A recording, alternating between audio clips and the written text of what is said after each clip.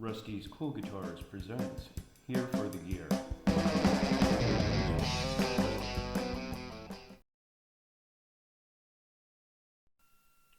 Just the main volume that you have on there. Okay, I won't change that Silver because channel it'll one. change your mix. Good. All right, Good. check 1, 2. Here we are. Check. Groovy. So I know you can't hear yourself, but I can hear Yeah. you. You sound good. Okay, cool. All right, I so don't need to hear today, my voice. It's a voice, dude. It's yeah, not it's a great one. voice, It's Jared. Just not. have fun That's with why I it. play the guitar most of the time. Yeah, just have fun with it. We're gonna talk. So today, on today's episode of Here for the Gear, we have a special guest, our buddy Jared Koenig from Georgia, who does a lot of our video demos, right, Jared? I do, yeah. And he's a prolific player, does a lot of traveling and session work around the town. Do you want to expound on that a little bit for us? Yeah. I mean, I'm a guitar player. I'm a native Atlantan. You know, I do get some really cool opportunities. I play, pretty much every week somewhere. Over the years, being in the same place for a long time, playing guitar in the same place for a long time, it's led to some really cool connections. and Awesome. Cool places and people, man. Yeah, for yeah. Sure. That's why we do it, right? A lot of Besides different types of music. Too. Having the fun of playing the music is That's meeting right. all the cool people that play the music. That's almost the best part. And until you catch a real vibe in the middle of a gig, that's the best part. But then the other best part is the people, for sure. Yeah. So part of the playing, right, is us having really great options for guitars. That's why I asked you to come in today, so that we could discuss all of the, for lack of a better description, set neck style guitars that we carry at Rusty's, right? Yeah. So, we've both been playing a pretty long time in our lives and have run the gamut of different instruments to get jobs done, right? We've talked about that Sure. before in our hangings out. So today we're kind of going to start with a couple of different guitars that we have here at Rusty's available for customers. We're not really going to get into pricing on everything, but discuss like fit and finish and then builders and what they do. Today we're going to start off with the Oddball. I consider it the Oddball just because it's, this company is known for acoustic guitar building, right? I mean, Prolifically. that's how I knew them to begin with. Yeah. Was, they make great Martin style and Gibson style clones acoustically. And we're speaking of Hudson Dalton out of Stanton, Virginia. But so we have one of their newest offerings. It's called the DC Meridian. It's a double cut set neck style guitar with a solid mahogany back and a flame maple top. This one is finished in lipstick red and has Fralin modern PAF pickups on it. It does come with their Hudson Dalton labeled tweed case, and they have kind of like an interesting flag inlay for the neck, which is it's neat. It's different. It's not your typical dot or trapezoid or anything. What do you think about that, Jared? Touching specifically on the inlays, I kind of like how they flow. They do give an interesting sort of look to it. The lipstick red, we talked about this before we started. Yeah. There is a red hue to this guitar. I would love to see what it looks like under stage lights. It's a kind of a muted burst. I kind of dig it. I like ornate tops, but I don't like super flame. And this one's cool. It's got kind of a really subtle kind of look. I can't see through the back. I would imagine, especially because it's only 7.4 pounds, which is light for this style guitar. I would imagine it's a one piece. And you touched on the build quality and stuff that we're going to address that. This one's killer. Oh, it's ABR1 too. Straight to the body. It's very, very, classic and useful. What do you think about the layout here? So you actually have your two volumes and a tone, and then where the rear tone would be for the neck pickup, they put your selector switch. How do you like that back there? It depends on the guitar for me. This one, it doesn't particularly put me off. Typically with, we'll call them G-style, LP-style guitars. Sure, that'll work. When you start talking about the separation, how far the neck pickup and the bridge pickup are apart, sometimes depending on the guitar, I like to have a bridge-specific volume because I will set the right up on it. All right, sorry, that was a me thing, guys. You're good. You're really hot now. But I like it. When it comes to pickup spacing, I will say this: on some Gibson style guitars, I like to have the option to have a bridge specific tone, so I can sort of set the amp where I want it, where it's happy with the neck pickup, so it's not muddy. It's happy in the middle, and then I can roll a little treble off the top. Right. So instead of having to do the whole guitar. I with like one knob. having individual tone knobs on a Gibson style guitar, especially with Gibson-esque pickup spacing and Yeah. stuff. Cool. Yeah, that's a really good point, too. And again, as players, we always have a couple of things. Like some people hate playing an S-style guitar because they're like, well, I always hit the volume knob. I'm like, how? But I grew up playing a Strat. So Yeah. I kind of learned, my right hand learned, hey, you don't go there. Your pinky's going to hang out there if you need the volume, right? Yep. So then moving to other guitars, like Les Paul's Telecasters, those kind of styles of guitars, those knobs are in completely different places. The Pauly Smith, for example, even that's Yeah, different. That's why, like, I kind of feel this guitar is more in that fit and finish of the PRS realm. Definitely, quality-wise, it's might even be a cut above it. Very nice contour on the back of the body, very practical, useful feature. And That a lot shape's of killer too. yeah, the neck is really super comfortable all the way up. The joint looks great on it. You have great access to the top. You could raise the action a little bit and do some slide stuff on that. Cop a pretty good joint, I would imagine. Yeah. But 12, yeah, that's is it a 12-degree radius? It looks like I it. think so. Yeah, I didn't get the specs on that. But It I looks did. like a 12. For I looked sure. up those Fralin modern PAFs because I hadn't really heard them in a guitar before, and they're known for having thick mids and a quick breakup, which I think it really does. That's a good description. Yeah, it pushes pretty quick especially if you get in that volume and start doing it with your right hand. Yeah, so I think that one's kind of like I said, it's kind of similar. You played my McCarty earlier. They're in the I don't think they're identical, but I think they're in the ballpark of like relation sonically. Especially that fit and finish thing that you touched on a second ago with Paul Reed Smith. I mean, if they're known for anything, one, they have a unique sound, which is interesting, and then two, like they don't miss when it comes to quality of fit and finish. And this Husson Dalton, if you've ever played a Husson Dalton acoustic, I mean, this is what their fit and finish is like, and this holds up. I mean, it really does. It's top clean, shelf, man. Very, sure. very, very killer. Well, so we're gonna while we're sitting here thinking about double cutaway guitars, we're gonna change it up, and I want you to check out the Rock and Roll Relic Starfighter that we have here. So Jared was checking this guitar out earlier. This is made by Billy Rowe and his gang out there in California, and we've got it finished in this awesome ebony black, double humbucking pickups in it, and the control layout's a little different on this one. They did a little bit of a reverse of what we had on the Husson Dalton. So the bottom neck or the bottom bridge volume pot, where it would be, is where your selector switch is now located. And then the bridge volume is the one closest to all the pickups.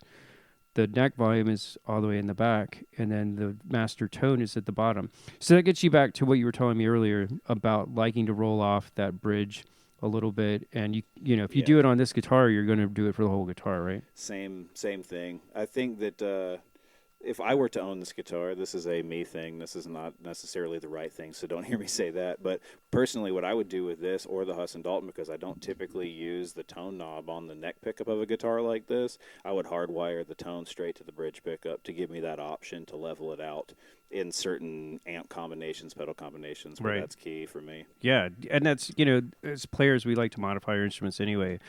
That's one of those things. We always try to put it to what we need for our job. I like the binding on that. I like the whole, the way the back and the arms are cut on that, the holes. I think it looks really good. Two-piece back, mahogany neck on this, block inlays all the way up and down. And the neck's pretty fat on that. It's way different than what you had on the Husson Dalton, though. I think, the Husson Dalton had kind of more of almost a V shape to some degree, like a soft V. And that is more of your classic, like, 60s D style almost. Not quite as flat and wide as some of them, but definitely it almost feels flatter. Asymmetrical. Yeah. I had a Les Paul Traditional Pro 2. If anybody out there has the Traditional Pro series, Les Paul's as a comparative point, since it's a very common instrument. If you've ever played one of those, that's similar to that. That one maybe had a little bit more neck depth at like 12, but definitely like the asymmetry here. Of the ones that we have that we're sitting here looking at right now, kind of in front of us, this thing looks super rock and roll. Yeah, I mean, it does. let's be real. Right? Like, I mean, you can see yourself on stage just rocking out with it. Oh, Just man. like, and we talk about, you'll hear me say stage lights and stuff when we talk about guitars a lot, because if it looks cool anywhere, it's got to look cool. It's got to look great on stage, or right? why are you Like, carrying it? Yeah, what's the point, man? And like this thing, I just want to sling it a little bit lower than I normally play a guitar, and I just want to play just rock and roll riffs on this guitar. It is gnarly looking. It's a pretty handsome guitar for sure. Yeah, and those are two of our higher end options for your set necks, and those are both double cutaways that we were talking about here. The Rebel Relic Starfighter, or Rock and Roll Relic Starfighter, and the Husson Dalton DC Meridian. Also, one last thing. Yeah. Who doesn't love a Stinger? Oh, right, yeah, the Stinger and the open tuners. It kind of makes me... I've always thought of Stingers, especially when you're looking at old Gibsons and stuff, it makes you wonder, like, when did it break? Yeah, and who stuff. snapped it? Exactly. What's the story? But like on this one, I do love the aesthetic of a Stinger. This is a cool guitar. Was it the dogtail that knocked it over off the stand? Was it the mad girlfriend? Exactly, Or was yeah. it just one of those band gigs where you're like, you see it in slow motion? Hey, You're like, no. "Oh!" Next thing you know, you're calling your luthier. Hey, I need you to help me out here.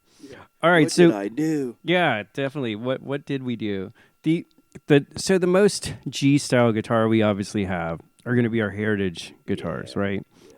So Jared has a Heritage H150 custom core. For those who don't know, the custom core is Heritage's answer to the Gibson Custom Shop in a lot of ways. It's their custom shop. Their pickups that they have in here are going to be a hand wound PAF style pickup that is wound by somebody who's been there for 30 years. So that's pretty awesome. This is probably the most handsome one I think we have. It's got a very great book match flame maple top, and in what they call their dark cherry sunburst, which to me is probably my favorite color they make next to dirty lemon burst. That's my personal favorite, but that's a pretty rip roaring guitar. It has a very 60 60s burst look to the top where the aniline hasn't faded. Right. The top on this one, but it doesn't have is the a clown killer. burst on it No, either, that's which not is the gorgeous. tomato can or any of the clown burst, whatever you want to call it. It's a very nice, subtle. It looks like a really worn in, like good 60 post the die transition. Yeah, it's a very hot guitar. The top is great. Visually, again, stage lights that would look epic on the it, grain right? would pop Yeah, something you feel like, unreal. "Ooh." That or like if you ever play like festivals and stuff, when you get that long light, if you're like the set at the festival where the long light's happening, dude, this top, people would be offering you money. I'll tell you that. Hey right man, now. you gonna sell that guitar? How much you like to eat? What do you think?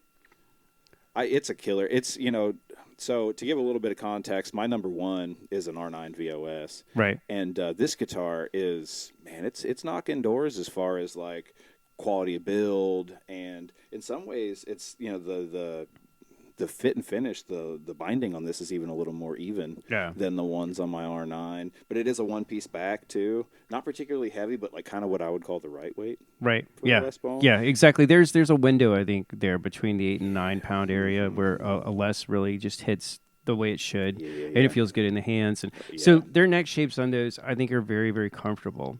They do have some that are a little bit thicker. Having played your R9, I think it is, before, that's got a pretty beefy neck to me in my hands. I don't love a super fat neck, but I will play them. I have poor technique, and I have large hands and poor technique. There you go. Yeah, so I tend to wrap my thumb. My thumb never goes.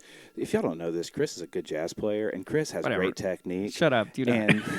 And I play guitar like a kid that grew up when pop punk was a thing, because that's when I grew up, and I have poor technique. And it's I all think good. it sound fits great. my hand so well, And this guitar, the neck shape is similar. It doesn't have super hard shoulders. Got a very progressive sort of C shape, and it's just super good. Yeah, and so getting on their fit and finish, the binding work on Heritages. Here's the thing I like about them.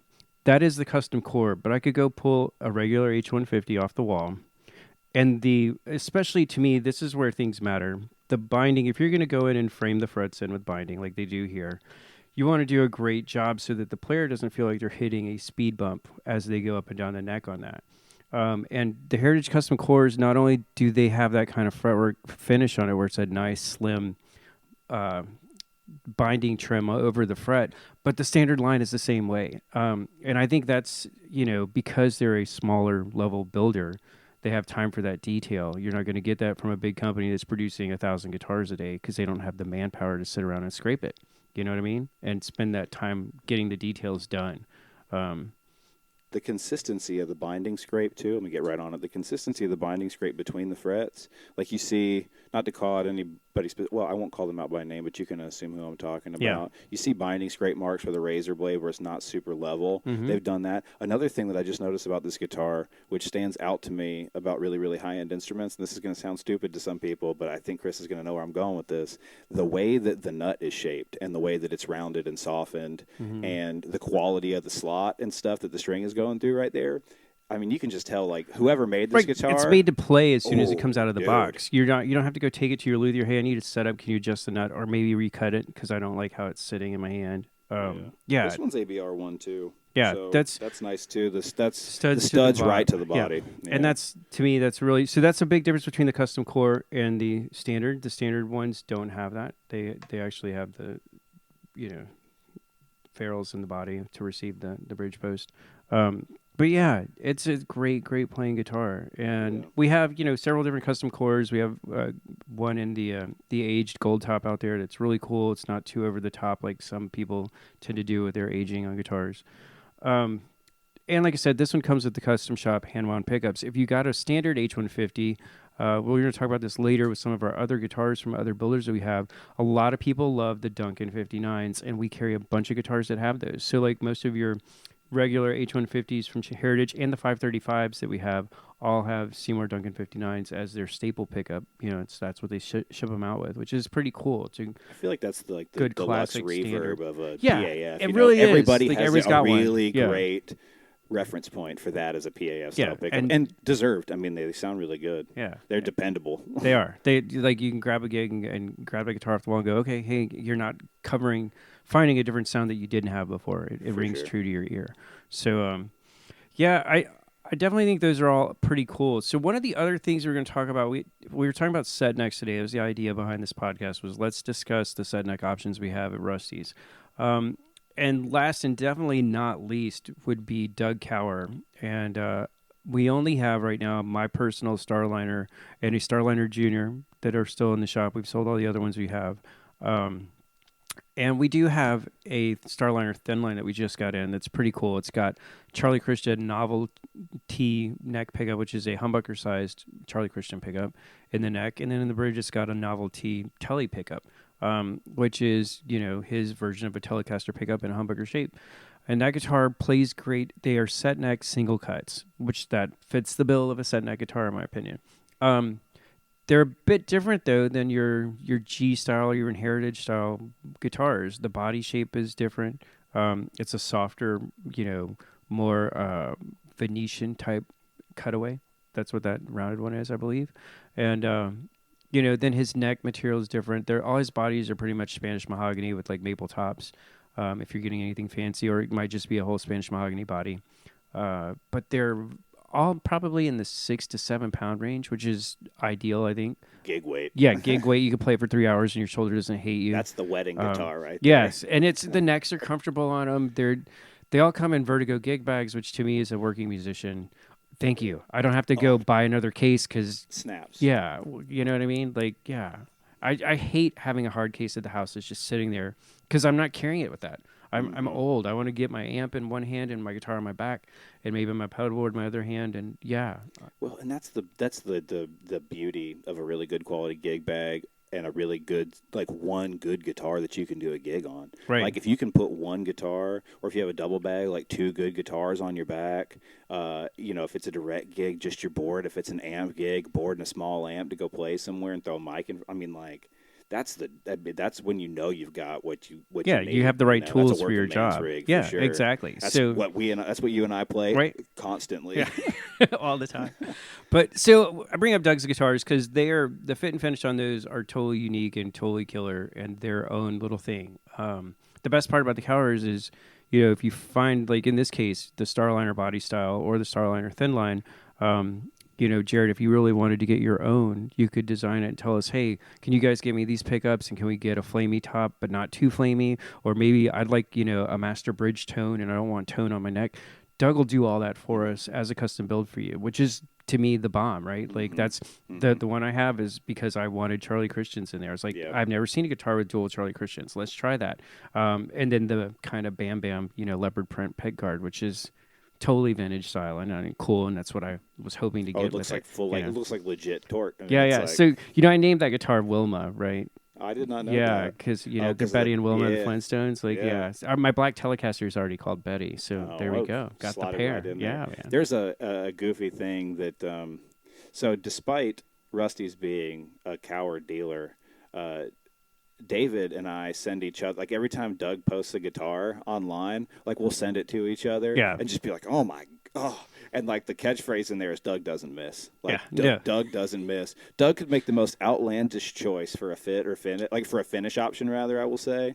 And like, it's going to work. I don't know how he does it, but he'll make it. It I know, like they're all hot. Like, it's like, oh man. Even if it's like, so like I'm not normally one to gravitate to the Jim Vi nod for that one. Did you see that Yeah, I one did. he was It selling was sick. earlier? Yeah, I was yeah. like, but that looks really good. I would Yeah. play that. Like, yeah, Oh, you know, he can. Oh, that's a great point because he can make something that's got some kind of finish combination where I'm like, I would Yeah. if that was on any other guitar, hard pass. Yeah. But it's like oh man, I could throw on some spandex and play that. yeah, exactly. I mean, not that they're all 80s shredders, but they're definitely great rock guitars, and they're really versatile. I mean, I've done with my Starliner, I've done jazz gigs, I've done rock gigs, weddings, corporate things. They Sure. work. You Yeah. know, is it going to give me a Strat tone all the time? No, it's not. But that's not why I got it. You know, I got it because it's a great looking, great playing guitar. I will say this about that, right? As far as I used to try to buy guitars or carry guitars to do very specific things.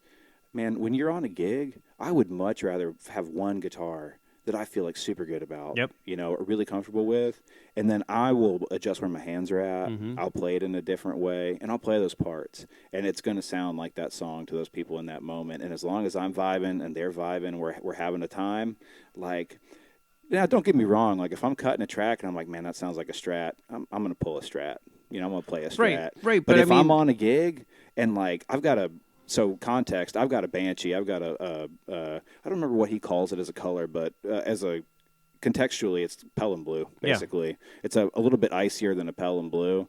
That guitar has sparkly binding too, which is just oh my goodness, it's cool. But there are certain gigs that I like. If I don't bring that guitar, people are like, "Where's that guitar?" You know what I mean? But just to the point of the fit and finish and the quality of Doug, and not to sort of like overstate it, because the other guitars that we've talked about in this episode have great fit. I mean, the Husson Dalton is unbelievable. We've already talked about it. Yeah. The H-150 is unbelievable. The Rock and Roll Relics is a great guitar. Like, so not to oversell the quality of a Cower versus those, because those are all very good guitars, but I can't say enough good things. Also, my Banshee weighs like 7 pounds or something. right? With a Yeah, Bixby and on it. And it's right, huge. It's a gigantic guitar, guys. If y'all check it out on his Insta story, I'm sure he's got it up there sometimes. I'm not a particularly big dude, so it looks even bigger on me. It looks gigantic. But that gets to the point there. I think with set neck guitars here, we have quite a selection of options. And we didn't really even touch on what I would consider like our beginner or starter lines, like the Tajimas and the vintage RBI vintage that we have, because those are both really great options if you don't want to spend that kind of coin on it.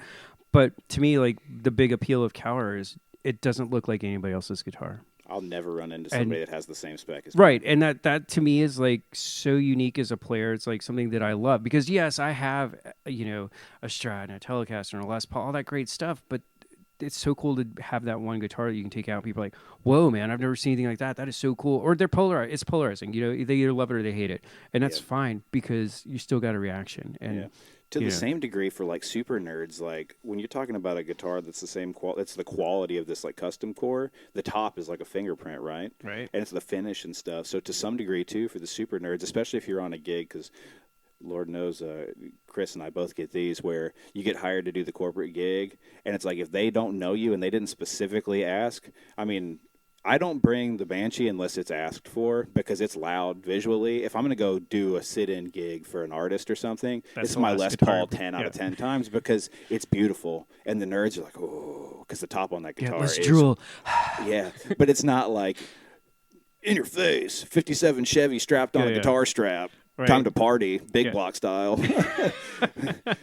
The rat rod or hot rod terms for all the dudes out there building, custom street rods. For all our gearheads out there in the crowd, getting your grease out while you're playing guitar.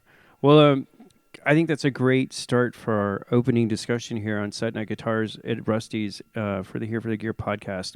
So we're going to conclude this episode with that, and the next one, when we catch back with us, we're going to be discussing the Set Neck semi-hollow style options that we have available at Rusty's. So I want to thank Jared for dropping by for this episode. Thank you, Jared. Thanks for having me, man. Yeah, man. We appreciate you coming down and spending some time with us. Also, y'all be on the lookout, because on our YouTube channel, and probably today, we're going to shoot a couple on our Instagram, do some shorts. We're going to have Jared playing several of these guitars, so you guys can kind of see what we were talking about and hear what they sound like. That's an exciting part that we get to do here at Rusty's. So thanks a lot, Jared. We will catch you on the flip side, man. Bye.